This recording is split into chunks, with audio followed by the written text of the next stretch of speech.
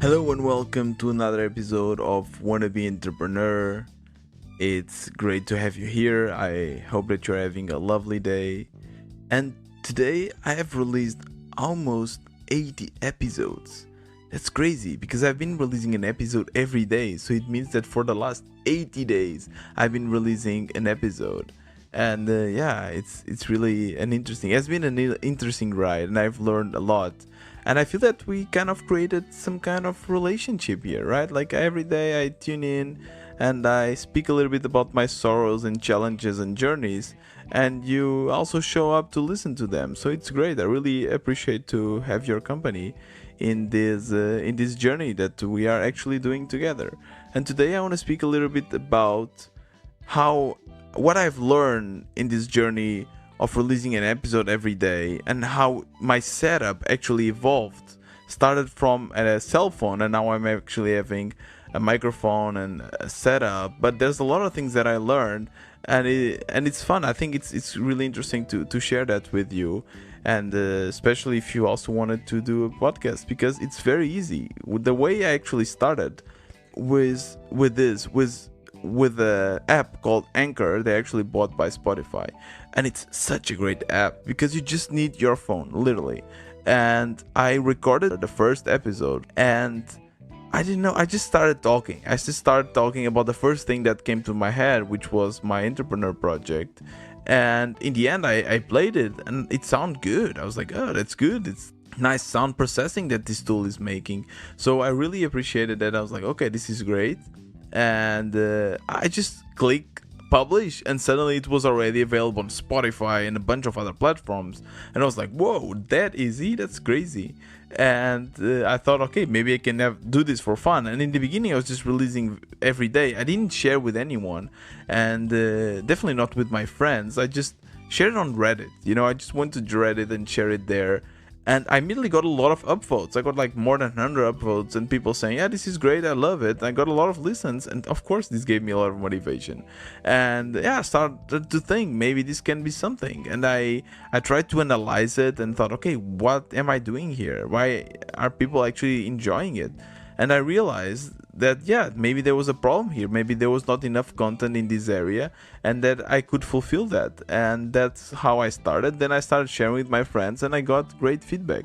So I started with my phone, and for the first, I don't know, maybe 20 or 30 episodes, just recording with my phone. And the great thing of recording with your phone is that it's very portable. You could just take it anywhere. And I would just lock myself in a room for 10 minutes and speak. I wouldn't even edit or anything. Sometimes I had to actually repeat the episodes because there was something I wanted to say or organize my ideas better. But yeah, that was it. And it was working really, really fine. I really liked it. And I was going for a vacation. I was going to Croatia, and I thought, okay, I'm going to be sailing for a week, right? How am I going to record and publish every day? So I knew that there was internet because Croatia's great coverage of 4G everywhere, so that's not a problem. But how am I going to record?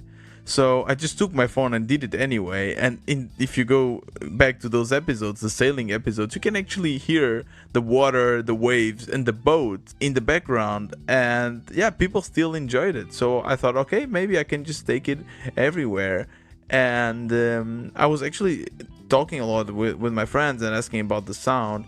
And they told me that sometimes the sound was not great, even though they could understand everything and the tool was doing great. They always said that the sound was a bit too low, and that sometimes it was a little bit echoey, not very easy to understand. So I knew that there was something here that I would need to fix.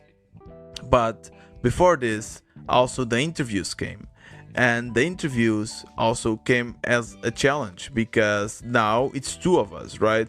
Now I have to make sure that I have good internet connection, and I have to make sure that the other person has good internet connection, and we can record everything fine. And the first test was actually with Wolfgang, and I just researched a bunch of tools that I could use, and I found one tool, and it was free, and I used it, but the sound was not very good. You can actually hear it in the first interview I did with Wolfie, and I still released it because, for me, I always want to release to get feedback. But what he did was, after we released this, he actually searched himself for another tool, and he found one that is amazing that I've been using, Zencast, and he said like, use this in the future, and I've been using that ever since. And yeah, I started doing that. I continued in Croatia. I did it every day, even when I was sailing. And yeah, sometimes I realize, okay, the sound is not very good. How can I improve this? And Anchor, actually, I'm following them on Twitter, and sometimes they write some nice blog posts about what can you do to improve the sound and so on. And first of all, they said that the microphone that you have in your phone is actually quite good because it's already optimized to capture voice, right? Like, you have to talk through that microphone, so it already removes a lot of background noises and so on.